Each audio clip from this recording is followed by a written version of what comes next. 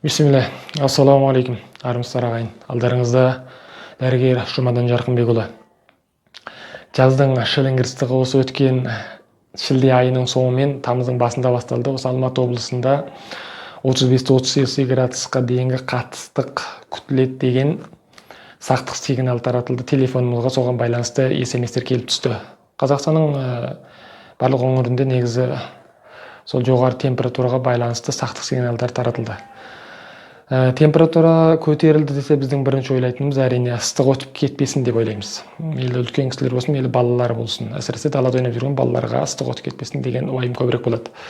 Дегенмен де біздің бұл арада тілге тиек ететініміз бұл ыстық өтіп кетуден де қауіпті адам өміріне қатер төндіретін аурулар жөнінде болмақ. Әдетте жалпылық түсінік, қалыптасқан түсінік бойынша жүрек, ми, қан тамыр аурулары, соның ішінде ми соққысы, яғни инсульт, тағы бірісі жүрекке байланысты жүрек бұлтшық еттерінің өлеттенуі, яғни жүрек талмасы. Осы екі түрлі ауру ыстық, жоғары көтерілген, жоғары температурада пайда болу салыстырмасы 60%-ға дейін көтеріледі екен. Енді бұның себептеріне тоқталатын болсақ, жазда адам көбірек терлейді, денесіндегі сұйықтықтың мөлшері тердің көп шығуына байланысты азайып кетеді. Яғни қан кебеді, былайша айтқанда. Қан кепкеннен кейін қанның жабысқақтық дәрежесі жоғарылайды. Нәтижесінде қандағы қан ұйығының пайда болу салыстырмасы жоғарылайды. Әсіресе жаңағы 3 түрлі құрамы жоғары науқастарда тіпті де бұның салыстырмасы жоғары болады. Қандағы май құрамының жоғары болған кісілерде, қандағы қант құрамының жоғары болған науқастарда, сосын қандағы холестерин жоғары болған осы 3 топтағы адамдарда бұның пайда болу салыстырмасы әрине тіпті жоғары болады.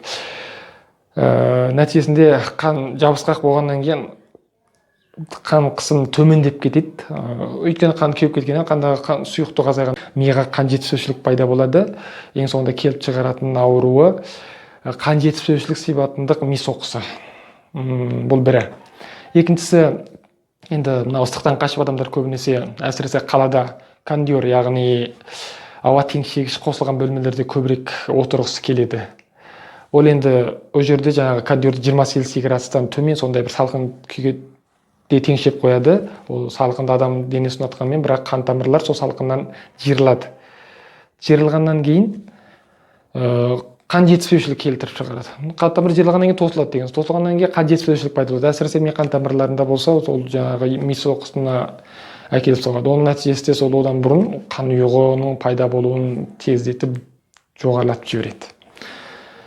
Бұл екіншісі. Ал үшіншісі, бөлме мен сырттағы ауа температурасының айырмашылығының жоғары болуы. Жаңағындай сыртта күн ыстық, содан қашып жаңа салқын үйге кірдіңіз. Енді салқын үйде қан тамыр жоғарыда айтқанымызда жиырылады. Ал енді сыртқа шыққаннан кейін қан тамыр ыстықтан кеңейеді. Енді бір ыстық, бір суық болғаннан кейін бір қан тамыр бір керіліп, одан бір жиырылғаннан кейін мидағы қан айналыста кедергі пайда болғаннан кейін осы ми соққысы сол сияқты ауруларды келтіріп шығарады. Сонымен қатар жаңағы жүректегі қан тамырларда сондай өзгерістер туындайды. Одан төртіншісі, жоғары температура адамның көңіл күйіне де әсер етеді, тез әсер етеді. Адам жаңағында тез ашуланған, тез абыржитын сондай бір халге өткеннен кейін бір майда шүйдешіктерге бола бүкіл жаңағы қаны миға шапты дейді. Яғни қан қысымы көтеріліп кетеді. Ол онда қауіпті ыстықтың әсерінен ұрғаннан кейін ол сыртынан ми қан тамыры жарылып кететін сипатындық сондай ми соққысын келтіріп шығарады. Бесіншісінде жаңағындай әрекеттердің аз болуына байланысты. Әрекеттер аз болғаннан кейін қан айналысы баяулайды. Ол түсінікті нәрсе. Енді бұның алдын алуына келетін болсақ, қан жаңағыдай жабысқақ болып кетеді. Оның себебі қандағы сұйықтықтың қандағы су мөлшерінің азайып кетуіне байланысты. Сондықтан да күніне 1 литрде 2 литрға дейін таза суды қабылдап отыру керек. Адам шөлдегенде емес, шөлдемей тұрып қабылдау керек. Өйткені шөлдеді дегеніңіз сізде сақтық сигналы басталды деген сөз. Одан бұрын қабылдасаңыз, онда тезірек жаңағы қандағы тұрақтылықты тез қалпына келтіруге болады. Ал енді тез көп терлеген жағдайда азырақ тұз қосып, тұзды толтыруға тура келеді. Тұз оны натрийға байланысты. Бұл біріншісі. Екіншісі, жаңағыдай көп кондер қосылған немесе жаңағыдай желдеткіш қосылған бөлмелерде көп отырудың қажеті жоқ, оның зиянын жоғарыда айттық.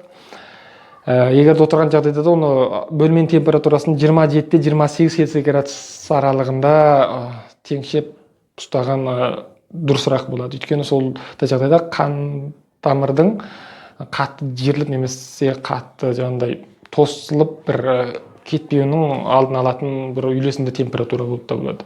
Одан үшіншісі, сондай бір бөлмеден сыртқа шыққан кезде енді ыстық суық қатты бір өзгеріске ұшырағаннан кейін қан тамырлардың әрекеті бір жерлеп бір босанып кетеді деп айтқанымыздай, нәтижесінде қан айналымға кері әсерін тудырады. Оның алдын алу үшін салқын бөлмеден ыстық сыртқа шыққан кезде адам денесіне сыртынан бір жұқа шапан бірдеме жабыласа немесе кеудеше сияқты киіп, ақырын адамның ағзасы, қан тамырлар ыстық ауаға жай-жаймен үйлескеннен кейін барып жеңілдеу киінуге болады. Одан кейін әртүрлі витаминдер, әсіресе витамин С, витамин Д сияқты витаминдерді толықтырып отыруға қажет. Оған азық-түлік ретінде көкөніс, жеміс-жидектерді көбірек тұтынуға болады. Асқабақ, қызанақ, помидор. Одан кейін шаптыл, шаптылдардың ішіндегі маймыл шаптыл деген бар. Соны көбірек жеуге кеңес беріледі. Одан кейін витамин Д-ны енді балық майы, одан кейін сиыр сүті, немесе ешкі сүті, сол сияқты табиғи азықтықтардан толықтыру қажет. Сонымен бірге Б витаминдерді де толықтыруды ұмытпаған жөн. Ол енді сол адамның нерв жүйелерінің қызметін қалыпты ұстайтындықтан оны да ескерген әбзал. Бесіншісі, жай-жай бір әрекеттер жасаумен айналысу керек. Ыстық болды екен деп жатып алса, әрине қан айналыспай ойлап кетеді деп айттық. Енді өтеде қатты жаңағындай адамды қатты шаршатып, терлетіп, жүрекке, ми қан тамырларына ауырлық тудыратын әрекеттер жасаудан сақтану керек. Жай жүгіру, ақырын жүгіру. Одан кейін мысалға ауылда болса жер болады, салған егістік болса, немесе көктат көкөніс болса, соны біраз арам шөптерін отау, одан кейін суару деген сияқты сондай жұмыстармен айналысуға болады. Енді бұл ыстық температурада сыртқа шыққаннан сақтану керек. Тағы бір мән беретін, әсіресе осы сағат азанғы 10-нан түс ауғанның сағат 2 аралығында температураның көтерілуі қатты болатындықтан сол аралықта шама бар сыртқа шықпаған әбзал. Одан кейін күн салқындағаннан кейін немесе таңғы салқында бітіретін жұмысты бітіріп алған дұрысырақ болады. Осы түйінге мән берсеңіздер, әрине жоғарыда айтылған жүрек ми қан тамыр ауруларының алдын алуға өзіндік көмегін тигізеді. Егер де сондай, енді жаман айтпай жақсы жоқ, сондай жағдайға ұшырап жатсаңыздар, немесе қасыңыздағы туған туысқандарыңыз, әсіресе үлкен кісілерде, енді жастарда да көрінуі мүмкін бұл осындай ыстықта. Сондай жағдайларда қасыңызда туған туысқан немесе көрші қолаңызда сондай жағдайларға кездесіп жатса, онда шұғыл түрде адамның жанын сақтауға көмектесетін бірнеше әдістерді ескертім келеді. Бұларды көрсетейік дегеніміз мынау адамның денесіндегі рефлекс нүктелер көрсететін модельде мынау ерінің астындағы нүктелер бар, немесе дәл осы мұрынның дәл астынан келгендегі осы нүктені дәл ерінің ортасы, түңгерінің ортасы, дәл осы нүктені қаттырақ басатын болса тітіркендіріп. Бұл сол жаңағы инсульт алған адамдар, жүрек, ми, қан тамырларының өзгерісіне ұшыраған адамдарда адамның жаңағы есін тезірек жиюына көмектеседі, қан айналысының тезірек қалпына келуіне. Одан кейін төбедегі нүктелерді айта кетуге болады. Бұл төбедегі нүктелер дәл қақ төбеде болады. Қақ төбедегі нүктелер. Немесе адамның осы екі құлағынан дәл осылай тартып келгендегі қақ төбе. Осы нүктелерді қаттырақ басу керек.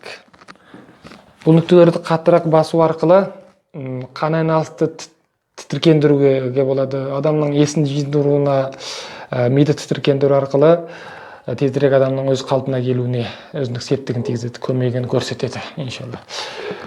Одан кейін аяқтағы бір нүктелер болады. Көрсеңіздер, осы бір нүктелер. Қазір мынау мен көрсетіп тұрмын. Мынау енді бұл аяқтың жоғарғы бөлігінің 1/3-інде тура келеді, табанда. Осы нүктелерді қан шығару әдісі. Инемен шертіп қан шығарып жіберу керек. Осы нүктелерде дақ пайда болады. Әсіресе жаңағы айтылған инсулт, ми қан тамыр соққысында осы нүктелерде қара дақ пайда болады. Осы қанды арам қан шығарып өткен жағдайда адам жаңағы мидағы бөгеттер немесе сол жиырылулар босаңсиды, адам тезірек қалпына келе алады. Адамның өміріне қауіп төнуінің алдын алады. Одан кейін осы саусақтың әрбір ұштарында нүктелер. Саусақтың осы нүктелері басындағы, саусақтың басында 10 нүкте болады. Осы нүктелерде қатты тіркендіру арқылы, немесе бір үшкір бір зат табылса, ине табылса, осы нүктелерді шертіп қан шығарып жіберу керек. Бұл да сол қатты тіркендірудің нәтижесінде рефлекс пайда болғаннан кейін адамның орталық миына қайта өзінің қызметі қалпына келтіруге бір сигнал болып барғаннан кейін адамның өміріндегі қауіпті тез сейілтуіне көмектеседі, иншалла. Ағайын, видеомызға тегін лайкыңызды лүпілдетіп кетіңіз, міндетті түрде. Одан кейін бұл білімді көпшілікпен бөлсеңіз, әлеуметтік желілерде жаппай таратыңыз, білімді бөлсеңіз көбейеді. Әрі осы видео арқылы бәлкім бір адамның өміріне төнген қауіпті азайтуға бір үлес қосуыңыз мүмкін. Бір сауап аласыз, Құдай қаласа. Тегін сауап. Одан кейін сіз әлі біздің арнамызға тіркелмеген болсаңыз, дереу қазақ тіліндегі медициналық арнамызды қолдап қуаттау үшін бізге тұрақты көрермен болыңыз. Ағайын, ауырмаңыз, келесі эфирде кездескенше күн жақсы болсын.